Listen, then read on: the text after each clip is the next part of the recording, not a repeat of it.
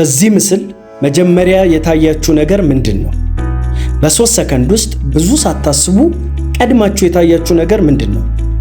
እርስ በርስ ዞረው ያሉ ሁለት ፊቶች ወይስ በሁለቱ ፊት መሃል ያለ ቅርጽ ነገር እንደ ዋንጫ ወይም ሻማ ማስቀመጫ ነገር? ወይስ ደግሞ ለመለየት ተቸገራችሁ? ወይስ ደግሞ አይናችሁን ጨፈናችሁ ስትገልጡ አንዴ ሰዎቹን አንዴ መሃል ያለውን ያያችሁት? ይሄ ሁሉ ስለናንተ ድብቅ ማንነት ይናገራል። ይህን ቪዲዮ ለ3 ሰው ኮፒ ሊንክ በማድረግ ብዙዎች ጋር እንዲደርስ አድርጉልኝ። እሺ፣ በዚህ ምስል መጀመሪያ የታያችሁ መሃል ላይ ያለው ዋንጫ ነገር ከሆነ ያ ማለት እናንተ ራሳችሁ ላይና ውስጣችሁ ላይ በደንብ ጊዜ ሰጥታችሁ የምታተኩሩ ኢንተርናሊ ፎከስድ የምትባሉ ሜንታሊ ደግሞ ኢንዲፔንደንት ሆናችሁ ባስተሳሰባችሁ ማንም ላይ ጥገኛ ያልሆናችሁ አይነት ሰዎች ስትሆኑ የሆናችሁትን የሚሰማችሁን ሆናችሁ ለሰዎች የምታሳዩ ማስመሰል የሚባል ነገር የማያጠቃችሁ አይነት ሰዎች ስትሆኑ ነገሮችን በጥልቀት የማሰብ አቅማችሁ በጣም ከፍተኛ የሆነ ዝም በምትሉበት ጊዜ እንኳን ውስጣችሁ ሚንጫጫና ብዙ ነገር የሚያስብ አይነት ሰዎች ናችሁ። ከዚህም የተነሳ ትራዲሽኖችን፣ ህጎችን፣ የሰዎችን ሐሳብ ትጠይቃላችሁ፣ ትመረምራላችሁ። ሁሉም ሰው ስለሚያደርገው አንድ ነገር አታደርጉም። ስላመናችሁበት ብቻ የምታደርጉ አይነት ሰዎች ናችሁ። የእናንተ ስትሬንግስ you see ፓተርንን የማየት ከፍተኛ አቅም አላችሁ። ህይወትን አንደርስታንድ ማድረግ የምትችሉ ሰዎች ናችሁ። you understand life beyond appearance።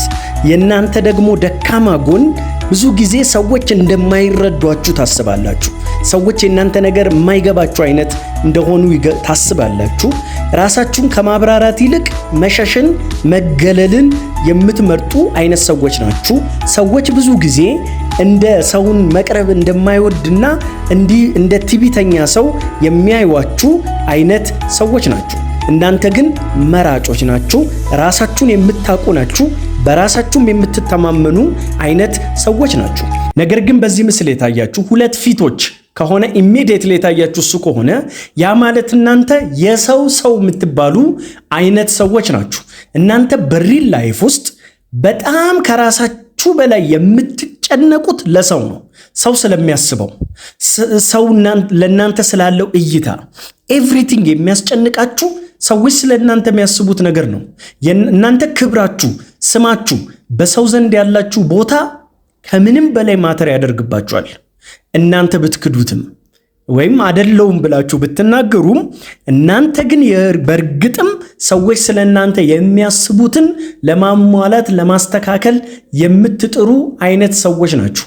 ስለዚህ እንደ ተመልካችሁ ባህሪያችሁን እያስተካከላችሁ አነጋገራችሁን እየቃኛችሁ የምትኖሩ ለሰው ተገዢ የሆናችሁ አይነት ሰዎች ስትሆኑ ይሄ ደካማ ጎን ከመሰላችሁ ተሳስታችኋል። ይሄ ትልቁ የእናንተ አንደኛው ጥንካሬያችሁ ነው። ምክንያቱም ሰርቫይቭ ታደርጋላችሁ። ከብዙሃኑ ጋራ በመስማማት ከቤተሰብ ጋራ፣ በስራ ቦታ፣ በአምልኮ ቦታ፣ በማህበረሰብ ውስጥ ለዛ ነገር የሚመጥንን አፕሮች በማሳየት ሰዎች በእናንተ ላይ አጉል ትኩረት እንዳያደርጉ በማድረግ የምትኖሩ አይነት ሰዎች ናችሁ። እንደሚፈልጉት ትናገራላችሁ፣ እንደሚፈልጉት ትሆኑላችኋላችሁ። ይህ የእናንተ ጠንካራ ጎን ነው። ደካማ ጎናችሁ ግን ስለ ሌሎች ደግሞ አጉል ከልክ በላይ የተለጠጠ ጭንቀት ያላችሁ አይነት ሰዎች ስትሆኑ ራሳችሁን ደግሞ ሙሉ ለማድረግ ሁልጊዜ ስትራግል የምታደርጉ፣ ራሳችሁን የምታደክሙ፣ ለመለወጥ ለተለያየ ነገር አጉል የምትጨናነቁ አይነት ሰዎች ናችሁ። የሌሎችን ፍርድና እናንተ የሚያዩበትን መንገድ ለመቀየር ብዙ ጭንቀት ውስጥ ታልፋላችሁ። ስለዚህ እየኖራችሁ ያላችሁት መጥፎ በሚባል ሁኔታ አይደለም፣ ግን ነፃ በሆነም ሁኔታ አይደለም። መጥፎም አይደላችሁም፣ ነፃም አይደላችሁም። ነገር ግን በዚህ ምስል እየታያችሁ ጀስት ሁለቱም ከሆነ አንድ ላይ ለመለየት የተቸገራችሁ አይነት ሰዎች ከሆናችሁ ያ ማለት እናንተ ማህበረሰባችሁ ማሰብ ከሚችለው ፈጥናችሁና ቀድማችሁ ቶሎ የምታስቡ ናችሁ። ካላችሁበት ሁኔታና ኢንቫይሮንመንት ወይም ሲቹዌሽን አይምሯችሁ በጣም ቀድሞ የሚያስብ የሚመኝ የሚያልም አይነት ሰዎች ስትሆኑ ከዚህም የተነሳ ምክንያቱም ባታውቁትም የሆነ አይነት ግፊት በልባችሁ ውስጥ የሚሰማቸው አይነት ሰዎች ናችሁ።